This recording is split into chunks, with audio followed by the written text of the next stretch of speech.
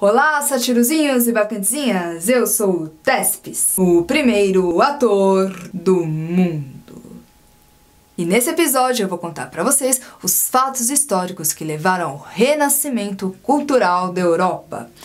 Esses fatos influenciaram o desenvolvimento do teatro nessa transição da Idade Média para a Idade Moderna. Então eu vou contar para vocês o declínio do feudalismo, vou falar sobre as grandes invenções tecnológicas revolucionárias que surgiram no período e também a decadência do poder da Igreja Católica. Por isso, no vídeo de hoje, eu vou interpretar o burguês e Martinho Lutero. Então, quem quiser saber de tudo, tem que assistir o vídeo até o final. E assistam mesmo, porque quem pode, pode, quem não pode, se sacode! No último vídeo, nós vimos como o teatro reapareceu numa cerimônia da Igreja Católica depois de alguns séculos sendo proibido por ela. Também aprendemos que ele foi excelente para incutir o medo nos pecadores. Na verdade, para propagar a ideologia cristã. E que, uma vez encenado fora da igreja, ele ganhou vida própria e passou a se desenvolver. Agora nós estamos entrando num período da história com grandes mudanças que vão revolucionar a cultura da humanidade. Mudanças estas determinantes para o desenvolvimento do teatro. A Idade Média está chegando ao fim. O sistema feudal está entrando em colapso e muitas crenças que governavam o mundo estão caindo por terra. É a transição para a Idade Moderna e início do famoso período histórico chamado Renascimento. E um dos fatos fundamentais que aconteceu nesse período e que contribuiu para as revoluções da época foram as Cruzadas. Pois é, as Cruzadas começaram por causa daquele tal profeta do Oriente que andava desagradando os clérigos e do qual nós falamos no último vídeo. Então a Igreja Católica empreendeu expedições militares para libertar Jerusalém do domínio muçulmano. Essas expedições militares foram chamadas de As Cruzadas. E todo um arsenal tecnológico foi desenvolvido para tal, como por exemplo navios, caravelas, a bússola. Era um tal de vai e vem entre continentes que os feudos, que eram completamente fechados, isolados entre si, passaram a se comunicar com o mundo externo. E tudo isso só poderia resultar numa coisa: no renascimento comercial da Europa. E quem tem todos os detalhes sobre o caso é o nosso querido burguês. É que a minha classe social, a burguesia, surgiu desse balaio todo aí que foi o fim do feudalismo. Mas comecemos do começo. Com a exploração de outros continentes, os europeus descobriram que do outro lado havia muitos e muitos produtos que não possuíam em suas terras, como por exemplo especiarias, tapetes persas, tecidos finos, porcelanas chinesas e etc. Tudo muito atrativo, não é mesmo? E começou todo um comércio entre regiões. E aí não teve jeito, os feudos acabaram se desmantelando. Então, os reis, junto com o apoio da minha classe social, se tornaram a única força sólida para governar e unificar os territórios. Surge então a monarquia absolutista. Porque não bastava ter poder para governar, mas sim concentrar todo o poder para governar. E aí os territórios que eram separados em feudos, eles vão começar a se unir. E vão dar origem a alguns países que hoje formam a Europa Ocidental. E não foi só isso! O renascimento comercial também modificou o sistema econômico que vigorava até então. Porque se antes funcionava na base do escambo, ou seja, na troca de uma mercadoria por outra, agora com o volume das transações, as moedas passaram a ser mais utilizadas. E isso vai dar origem a um novo sistema econômico, o capitalismo. E com o capitalismo surge uma nova classe social, a classe a qual eu pertenço, a burguesia. Porque o comércio ele vai fomentando o desenvolvimento das cidades, e aí os camponeses e artesãos vão virando comerciantes, e vão se juntando aos mercadores, e vão formando essa nova e promissora classe social.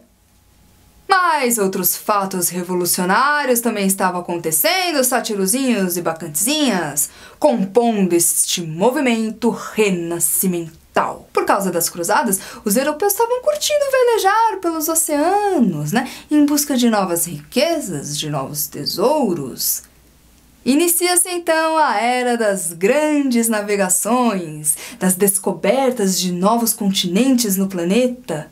E vejam só, acabaram descobrindo, por acaso, um novo continente, a América. E o que podemos dizer então de Copérnico? Grande cientista! Através de seus cálculos, pôde afirmar que o Sol era o centro do universo e que a Terra girava ao seu redor. Essa descoberta bombástica fez com que a humanidade refletisse sobre muitas questões, principalmente sobre os dogmas católicos. E é nessa época também que surgem as primeiras universidades, ou seja, está havendo uma valorização do conhecimento intelectual. Estamos entrando na era das novas descobertas científicas e tecnológicas, do florescimento das artes, e que vão instaurar uma nova visão de mundo, o antropocentrismo. Agora quem é o centro do mundo é o homem e não mais Deus. É o homem quem manda e pode tudo aqui na Terra por causa da sua razão. É chegado o tempo que valoriza a matéria e não mais a espiritualidade e a busca pela verdade última, que é importante, deve ser comprovada cientificamente. Em meio a tantas mudanças sociais, políticas, econômicas e culturais, a inabalável Igreja Católica viu-se então em crise. Seu poder praticamente absoluto na Idade Média, agora ia só ladeira abaixo. E para nos elucidar sobre o que ocorreu, com vocês, o líder daquela que viria a ser a Reforma Protestante. Por favor, Martinho Lutero! Já fui católico, apostólico, romano, já fui um crente de grande tamanho. Mas nada disso me fez tão feliz quanto o protestantismo faz. Procurei por toda a Bíblia a felicidade. O luteranismo não é mentira, é verdade. É aquilo tudo que um dia eu sonhei pra mim. É verdade, Tespes, as coisas não estavam favoráveis para a Igreja Católica. Há muitos anos haviam várias tretas internas na instituição, e para completar, do lado de fora os reis ganhavam cada vez mais poder e o povo cada vez mais revoltado.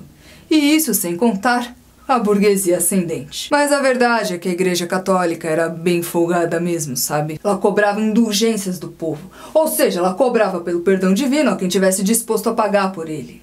Ela tratava os pecados como débito e as boas ações como crédito.